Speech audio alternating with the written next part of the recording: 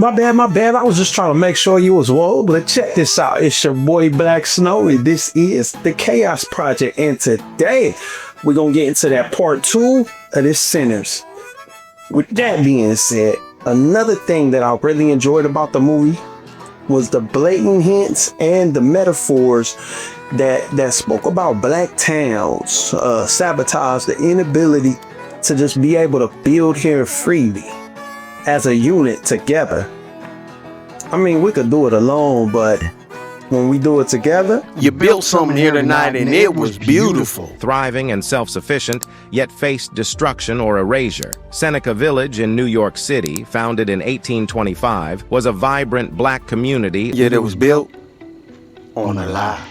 later demolished to make way for Central Park. In Tulsa, Oklahoma, the affluent Black Wall Street was obliterated during the Tulsa Race Massacre of 1921. Black Dom, New Mexico, struck oil and built wealth, but suffered abandonment due to drought. Communities like Freedman's Village in Virginia and Fort Mose in Florida were safe havens for formerly enslaved people, offering refuge and prosperity. Glenarden in Maryland, Mound Bayou in Mississippi. Stack.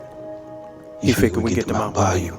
Small town, right here in Mississippi. Was once an oasis in turbulent times. While the rest of Mississippi was violently segregated, inside the city there were no racial codes. And we feel that they intend to do basically the same thing they did to Black Wall Street. And probably the reason we don't hear about it too much because they didn't do it. But anyway, somehow we found out about it.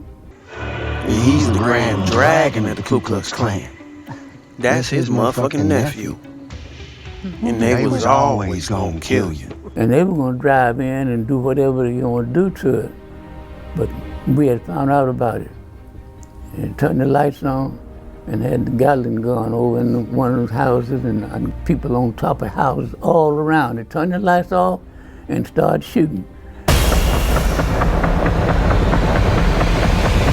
And the people on the horses, the Klan, everybody, they turned around and went back, and then they came back. So that's why we're still here. Otherwise, we don't know what they would have done. So back then, y'all, Mound Bayou basically went from this thriving town. But as Jim Crow laws took effect, black people in Mound Bayou started to lose their land. Its noticeable decline occurred during the Great Migration period, in which cotton prices fell, Booker T. Washington had passed away, and the black path towards freedom was redirected from independent towns toward the major cities of the United States. And then they fell into this economic decline. After that, During the early 1940s, a fire broke out, destroying most of the business district of Mound Bayou. However, it was not the end of the town. and now today, they have a population of around 1,360. Of course, it was built as an all-black town. So Mound Bayou still exists today as a predominantly black town in Mississippi with 98.6% total black population. and what you're seeing here is what is left of the town. This is now what it looks like. Because it illustrated the success that an all-black town could attain. And North Brentwood in Prince George's County stood as symbols of African-American resilience. It's black on. Sound like a crop. Yeah, well, I seen it. Each of these communities, One commenter said over 60. contributed vastly to U.S. history. And it's not that some black people sometimes were able to establish a successful community that accumulated wealth.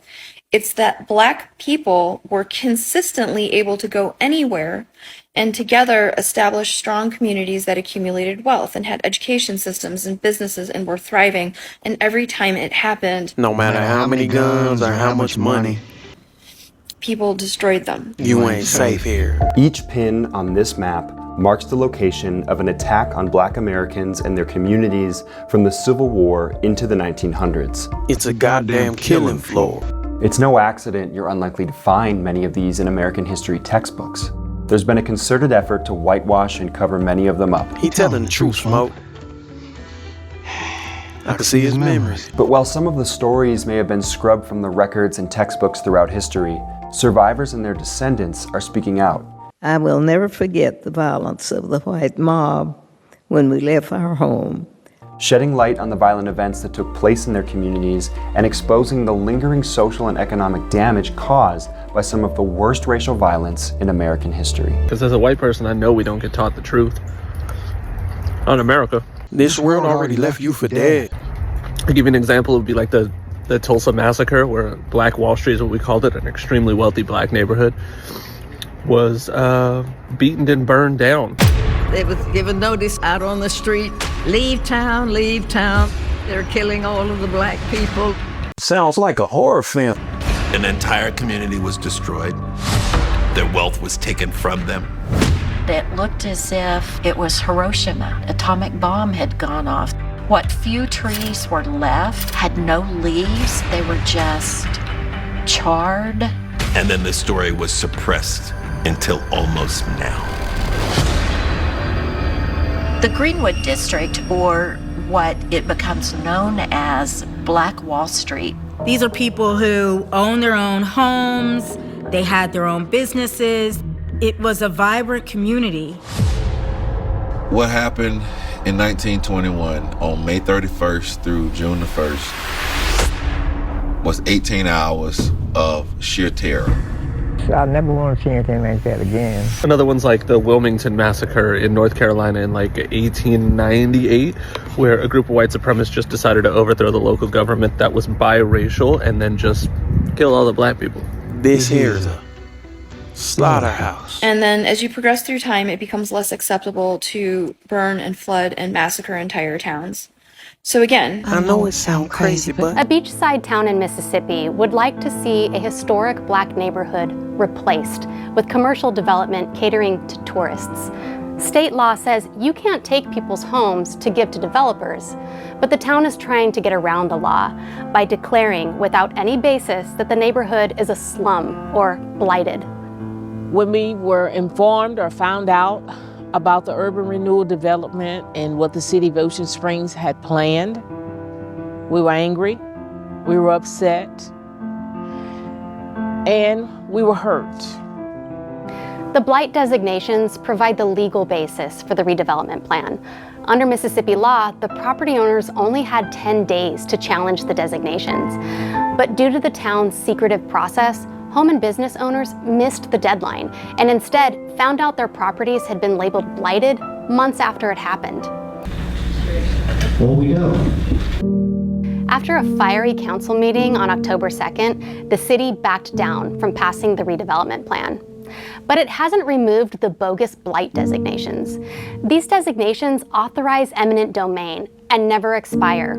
Years from now, another mayor and city council could get the process rolling again and take the properties. They gonna take it from you when they won't. I bought a house in a neighborhood that is predominantly black. I bought my house 7 years ago for $47.50 per square foot, which is pretty close to half of what it would cost to build a home the same size. So why was it so cheap?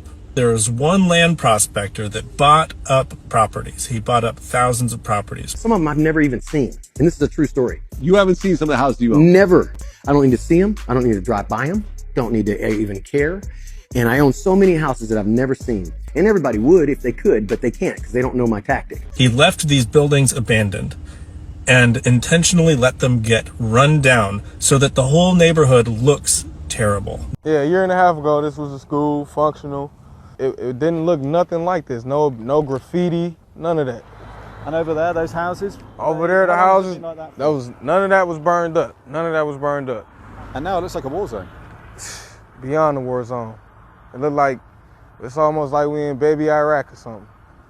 Like bombs is hitting over here or something. Like every other block. Like you see. That land prospector drove the housing prices into the ground because if he can own a large enough area, he can get the city to eminent domain it and pay him for those properties. Do you rent all these houses out? Never rented a house. That one land prospector owned most of the properties in this area. They sit there, so all these houses are collect empty. cobwebs. Some of them are falling apart. The house is worthless. Some of them have grass 10 feet high. Some of them are just vacant land. Every time you come around, there's another house gone. Look at the schools is closed. You got houses being burned down. Some of them have houses that swimming pool and cockroaches are coming out, and they've been there for 25 years. and the city eminent domained it. They paid him for those properties, and they tore down all of the houses, forced everybody else out. They're kicking you out your house, and the scrappers is coming in. What a scrapper is the guy that come in and take all the copper, all the aluminum, all the metal out your house. And I always hear people say, well, why can't black people take care of their neighborhoods? But what they don't know is that most of those properties all belong to the same white guy. And I won't let you build. Won't touch them, and they are worth a shitload of money compared to what I paid for them 25 years ago. He telling the truth, Smoke. I can see his memories. I feel for these people. They got nothing left. I mean, look at that. There's nothing left. I feel like black people have revolutionized poverty and made it look so fucking cool that people think we like it. Nah, I ain't gonna lie. I think that black people have made That's a poverty fucking look bar. so cool that people think we fucking like it, bro. We don't like it. We're just making the best of it.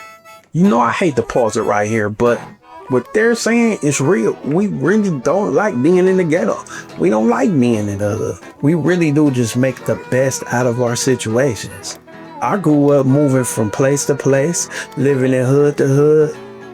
There was nothing fun about it. You always got to watch your back. People killing people because they're all starving. They're all hungry. Kind of like cornbread. Remember? He's killing them. Oh, you talking about that? Right? So I've had brothers have to do things that, and I've had the conversation with them that they wish they didn't have to do. But at that time, they felt they were literally forced. They couldn't go to school because they didn't have clean clothes. They were hungry at nights, going to sleep, eating dreams, literally eating dreams. Just a little hungry, that's all. So then they become, all right, what's around me? What can I do to make money? Because I realized something. Being poor in America is one of the hardest things to do in this country. And if you feel like you're poor, you feel like you have nothing, you will do anything to get that. Poverty produces crime. That's just a simple fact. So even the trauma that come from it, niggas aspire to it. And what's that supposed to mean? Niggas want to be a tough nigga. You don't realize this nigga ain't tough. This nigga just watched his daddy die. And one day our daddy beat Stack real bad. That's when we get in our minds that we need to run away. And like his life, that nigga traumatized. That nigga got PTSD. For real. He ain't tough. But he got he's traumatized. And it, to the point where a nigga could grow up in a home like this and aspire to be from the projects. My daddy a reverend, but I'm y'all cousin too. And a lot more people know the Smokestack twins than they know my daddy. Yeah. It's because, unfortunately, people think that blackness is tied to poverty. They think that the black experience is being poor. That's why when you have others who equate poverty to being black. Oh, I don't have any privilege. I grew up poor. Why the fuck do you think? There's so many who own so little and are paid so poorly in a country that has so much. Because many of us benefit from that situation. You know, I read the novelist Tommy Orange's first book, There, and he has a line there that says, you know, kids are jumping out of the windows of burning buildings, falling to their deaths. And this world already left you for dead. Won't let you build. Won't let you fellowship. We think the problem is they're jumping. You know, and when I read that, I was like, man, that sounds like the poverty debate. You know, we constantly focus on the poor. When the Bronx faced a near constant barrage of fires that displaced almost 250,000 people and devastated an entire area. But the LA firestorm is just the latest in a string of fires causing unprecedented destruction in the modern era. We should be focusing on the fire. You know, who lit it, who's warming their hands by it. And I think that's a sentence that cuts to the complexity arguments. You know, some lives are made small so that others may grow. And that's just the plain truth of it. Redlining, the practice of mortgage lenders denying loans to people based on their race or where they live, with those areas marked with red lines on maps. So tell me about Chicago. There was this new idea that African Americans, by their very presence, were robbing their neighbors of property values. And that got discussed in Chicago and promoted in Chicago through the real estate board and through neighborhood groups that eventually led to institutionalized bureaucratic banking policy that we call redlining. Although the practice was outlawed in 1968, Me and your cousin, we gonna give it to you straight. Its effects are still being felt today. Chicago ain't shit but Mississippi with tall buildings instead of plantations. A survey of studies of racial disparities in the U.S. mortgage market found that discrimination inhibits upward social mobility of minorities and exacerbates large racial disparities in wealth because home equity is crucial for building wealth. You just feel so helpless in the whole thing. Carlette Duffy wanted to refinance her home in this neighborhood just outside of downtown Indianapolis, but it was built on a lie. Two separate appraisals valued the house at the same or less than what she paid in 2017. This can't be real. Frustrated by the process, she met Amy Nelson with the Fair Housing Center of Central Indiana, who spoke at a community meeting about this New York Times article examining discrimination in home appraisals. So I decided to do exactly what was done in the article. This is the way. I took down every photo of my family from my house. I took every piece of ethnic artwork out. Duffy asked a white male friend to sit in for her at a new appraisal. I just happened to show up at the right place at the right time. It came back at double the first two, valuing her home more than $100,000 higher. I was so angry that I had to go through all of that. Just to be treated fairly, I had to go through all of that. Hurts to live here with all this hate. I also thought it was brilliant to include the Asian community. Probably not for the reason that everybody else is thinking. I mean, everybody's talking about it, but we used to have a lot of cultural exchange. We used to have a different type of allyship. I mean, I did talk about Robert F. Williams fleeing to China to get away from American authorities back in the day. And I know everybody's mom and dad used to have on kung fu shoes and want to be Bruce Lee and watch kung fu movies. I mean, there is the Wu-Tang Clan, right? What happened? What that family did in that movie and what it represents feels so relevant in today's climate and honestly relevant in a lot of key moments in our country's history. What kind of way? In the beginning of the film, you see that the Asian family has a very good, positive relationship with the Black community. You know each other's families, they're doing business together, they're partying together. A lot of it clearly hinges on the Asian family profiting off the Black community. 7 for the front door sign, 3 for the menu. 16. 15. Done. They were able to sell products, goods, and services because white people didn't want Asian Americans operating in their neighborhoods and didn't want Asian Americans profiting off of white people. But because the positionality of Asian Americans is weaponized to oppress Black people, Asian Americans were being given loans to open businesses in Black communities. Yeah, we could take care of that. Even though Black people were not able to receive loans to open businesses in their own communities. Truly, historically, African Americans have been redlined. Of course, rules were created to eliminate the occurrences of that. But obviously, as a result of this, Black wealth is essentially paid out twice when it goes to Asian American businesses. Once when the individual pays for the goods or services, and then again when the Asian American business owner removes the profit from the community. Anything else? And so we never were able to build a wealth. We never were able to really, most of us, pass down generational wealth. And so we start out sort of behind the 8 ball. Because usually people open businesses in their own communities, and this is mutually beneficial, where the business owner is making a livelihood off of providing goods and services to their community. And by being a member of the community, they're contributing and they're investing back into the community. This is an ideal situation, and we certainly have a more difficult time. I think the numbers are 60% of small businesses that or small businesses owned by people of color that are not financed. And that is not what happens with Asian American businesses operating in Black communities. You know, another thing that it made me think about that's probably not so obvious is, why do Asians own so many liquor stores and nail shops in the hood? In April 1975, U.S. forces withdrew from Saigon, surrendering the Vietnam War and leaving their Asian allies to face punishment under the new regime. President Ford knew abandoning allies to death or jail would ruin America's global reputation. He asked civic leaders to help receive refugees, 130,000 in the first wave and over 1.4 million by the 90s. A Refugee Assistance Act provided $400 million for resettlement costs, and many Christian and Jewish families became sponsors, supporting these new Americans. Americans. But conservative politicians argued that Asians were incapable of contributing to American society. Rumors were spread about these new neighbors. They practiced witchcraft, lived in filth, and would eat household pets. So many Vietnamese, Hmong, and Lao found themselves in a country where their degrees,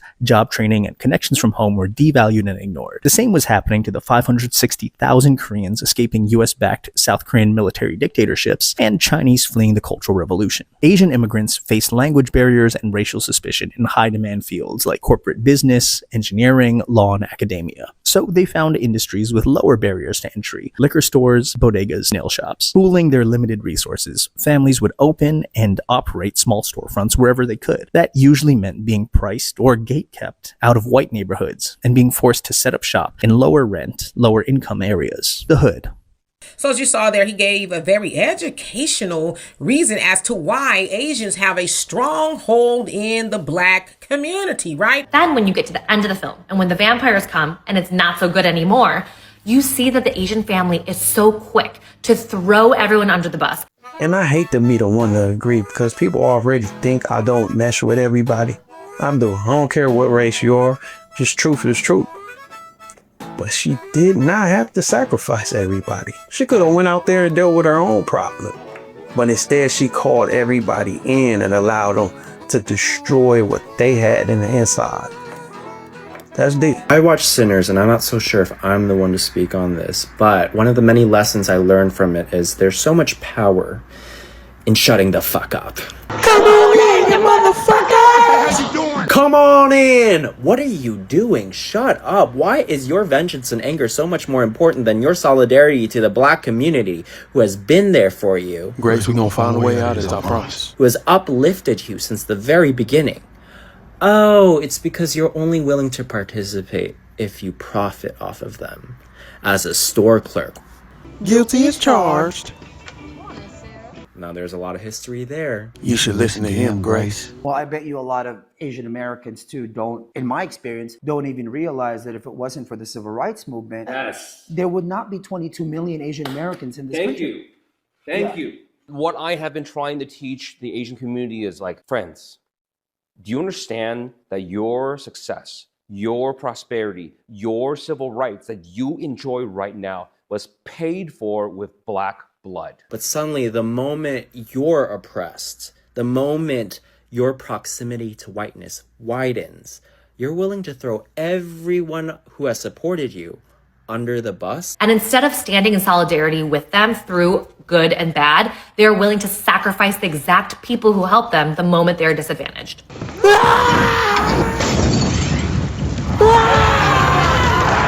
That one thing really made me think of the role that Asians have played in the history of our country and the way that we have been complicit in a lot of social issues. Of course, there's a lot of nuance and history and compassion I have for Asian immigrants and the reason why they did the things they did in this country to survive. I want you to let us in there. Or we gonna go to the grocery store and we gonna pay little Lisa a visit. That said, I feel like I can still be critical and see that the way that Asian Americans have really benefited from other Black and people of color advocating for rights in this country and Asian Americans really leaning into their proximity to whiteness. It's better this way, baby. So why don't you go ahead, invite us in. Feels so relevant today with everything going on in our country and the way that I see Asian Americans, and I say this as a very privileged Asian American, the way that we are so complicit and worse, ambivalent to what's happening. There are other groups of people in the Asian community who aren't doing it, who aren't being complicit and ambivalent because of fear. They're doing it because they think that they're so close to white people. We will do just that.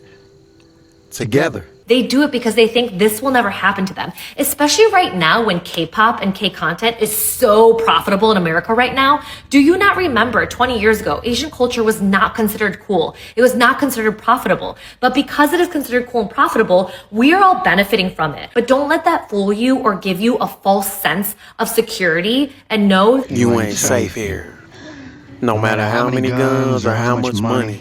They gonna take it from you when they want. We should stand in allyship and in solidarity with all groups of people who are marginalized in this country because we also are one of those people. If now ain't go time, then I don't know what is. And with that being said, you know the deal, links in the description, etc., etc. And stay tuned for part 3.